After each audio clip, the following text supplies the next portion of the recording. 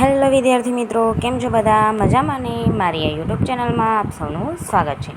તો આજે આપણે જોઈશું 11th સાયન્સ ચેપ્ટર 4 રાસાયણિક બંધન અને આણ્વીય રચના.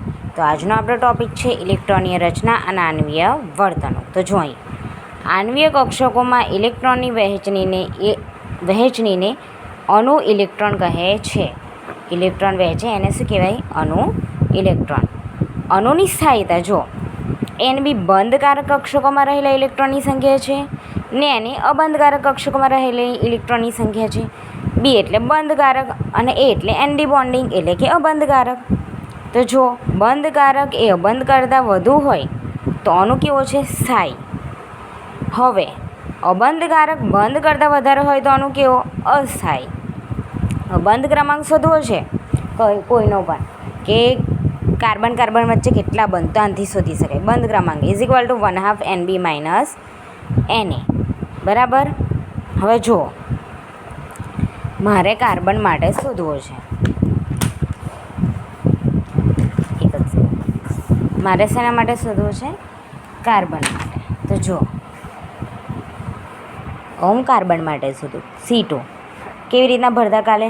σ1s2 σ*1s2 <(σ2s2 >(σ*2s2 pi2px2 pi2py2. બંધકારક એટલે સ્ટાર વગરના, સ્ટારવાળા એટલે અબંધકારક. જો બંધકારક કેટલા છે? 2, 2, 4, 2, 6 અને 2, 8.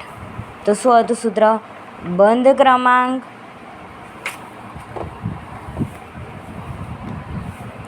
બરાબર 1/2 NB - NA. તો જો બંધકારક કેટલા છે? 2, 2, 4, 2, 6 અને 2, 8. તો = 1/2 8 - અબંધકારક કેટલા? 2 સ્ટારવાળા ગણવાના, 2 ને 2 4, બીજા છે નથી, તો 4.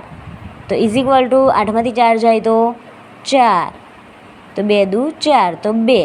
તો કાર્બન વચ્ચે કેટલા બંધ હશે? 2, તો C ડબલ બોન્ડ C. આ બંધ ક્રમાંકથી આપણે બંધ શોધી શકીએ, કેટલા બંધ આવે એ. તો કાર્બન વચ્ચે કેટલા છે? દ્વિબંધ એટલે કે sp2 સંકરણ.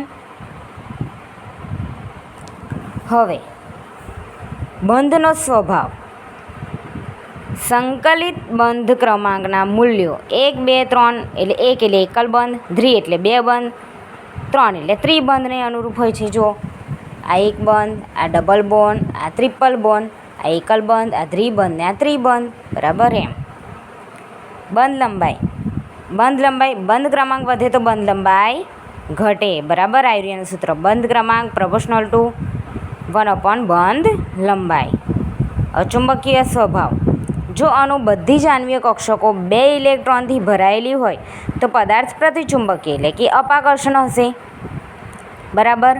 શું કીધું છે? 2 ઇલેક્ટ્રોનથી ભરાયેલી હોય તો અપાકર્ષણ. જો અણુ કોઈ એક અથવા વધારે કક્ષકો 1 ઇલેક્ટ્રોન ભરાયેલી હોય તો અનુચુંબકીય એટલે કે અપાકર્ષણ.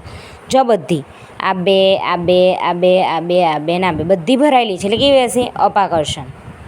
હવે ધારો કે 2px1 અને 2py1, તો આ 2 ખૂટે છે તો કેવી હશે? આકર્ષણ. બધી ભરાયેલી હોય તો અપાકર્ષણ અને અડધી ભરાયેલી હોય તો આકર્ષણ. જો ઓક્સિજન માટે 2, 2, 4, 2, 6, 2, 8, 2, 10, 2, 12. હવે જો આની અંદર 2 1 ઇલેક્ટ્રોન ને આની અંદર 2 1 ઇલેક્ટ્રોન, બેમાં 1 1 ઇલેક્ટ્રોન ખૂટે છે. જ્યારે કાર્બનમાં દેખાય, કાર્બનમાં બધી ભરાયેલી છે, ખૂટે કઈમાં? આમાં 2, આમાં 2, આમાં 2, આમાં 2, આમાં 2 ના 2, કશામાં ખૂટતી નથી. તો આના વચ્ચે કેવો હશે? બધા એક જ જેવા છે એટલે કેવા હશે? અપાકર્ષણ. હવે જો આની અંદર 1 ખૂટે છે ને આની અંદર 1 ખૂટે છે, બેઉ માટે ખૂટે છે તો શું હશે? આકર્ષણ. ખૂટે છે એટલે આપણે બંને શું કરીએ? ભાગીદારી કરીએ. તો શું કરે? આકર્ષણ. હવે H2 માટે બંધ ક્રમાંક શોધવો હોય તો જુઓ, તો H2 O2 માટે તો આપણે આવી રહ્યો. જો O2 માટે શોધવો હોય તો બંધ ક્રમાંક = 1/2 બોન્ડિંગ અને - એન્ટી બોન્ડિંગ. બરાબર. તો જો કેટલા છે બોન્ડિંગમાં? 2, 2, 4, 2, 6, 2, 8, 2, 10, 10 છે. બરાબર. 10 1/2 10 - અબંધકારક 2, 2, 4, 2, 6. બરાબર. 6 છે તો 6 એટલે 4/2 એટલે કેટલા આવશે? 2. તો ઓક્સિજન વચ્ચે શું હશે? દ્વિબંધ. બરાબર. હવે H2 માટે જો હાઇડ્રોજન હોય તો આપણે આ જ લેવાનું. તો H2 એટલે 1H2 જ ભરાઈ જશે ડાયરેક્ટ. તો 2/2 એટલે શું થશે? 1 તો hydrogen bond hydrogen. Sigma 1H2 હાઇડ્રોજનનો પરમાણુ ક્રમાંક 1. કેટલા હાઇડ્રોજન છે? H2 એટલે 2 છે. તો સિગ્મા 1H2. હવે આ તો બોન્ડિંગ છે તો 1/2 બંધકારક માઇનસ અબંધકારક એટલે એન્ટી બોન્ડિંગ. તો 1/2 બંધકારક કેટલા? 2. બંધકારક તો કશું નહીં એટલે 0. 2 - 0 એટલે 2/2. બરાબર. 2/2 એટલે શું આવશે? 1. તો હાઇડ્રોજન વચ્ચે કેટલા બંધ હશે? 1. કેટલા હશે? 1. બરાબર. ઓકે. તો જોઈ લો આજનું બંધ ક્રમાંકવાળું.